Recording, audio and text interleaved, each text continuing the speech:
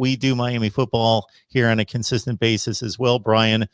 Your thoughts about Miami football, just in regards to, we're looking at what some people would term as a rivalry between Notre Dame and Miami based on basic, certainly they've played more games in the series because of the ACC affiliation in recent years, but the quote unquote rivalries based on 2 games. 1988, the game in South Bend, in which that vaulted Notre Dame, of course, to the national championship, the 31-30 game, and then with both teams in contention for the championship again the next year, Miami took care of business at the Orange Bowl in '89. But other than that, they've played meaningless games in terms of standings.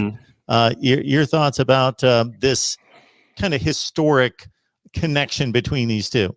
I love it. I mean, I think it was great for the game. It was a great storyline. There was great players, great head coaches, Hall of Famers all over the place. I love that series. I mean, that's the series that was big when I was coming of age as a Notre Dame fan. I mean, I was 10 in 1988, and I still remember that. I still remember that game. I still remember the Catholics versus the Convicts. I still remember when Pat Terrell knocked down that pass in the end zone. You remember all that. You remember the first time Frank Stamms got to can't remember the name of the quarterback that Steve White. That would have been Steve Walsh. Steve Walsh. There you go.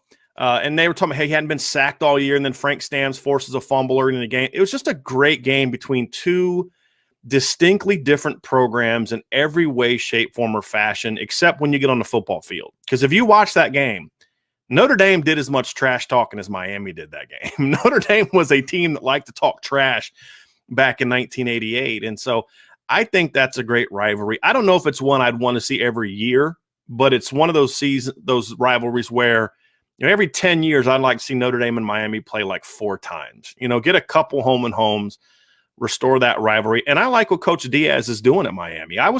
The thing that surprised me about Miami this year was there were some things that happened to them early in the year that past Miami teams would have folded and just gone in the tank. And this team didn't do that. They showed me a little bit more grit, and that's what you expect to see from Miami. So I think Miami being good is good for college football. I just do. There are certain programs that I say, boy, you just need them to be good.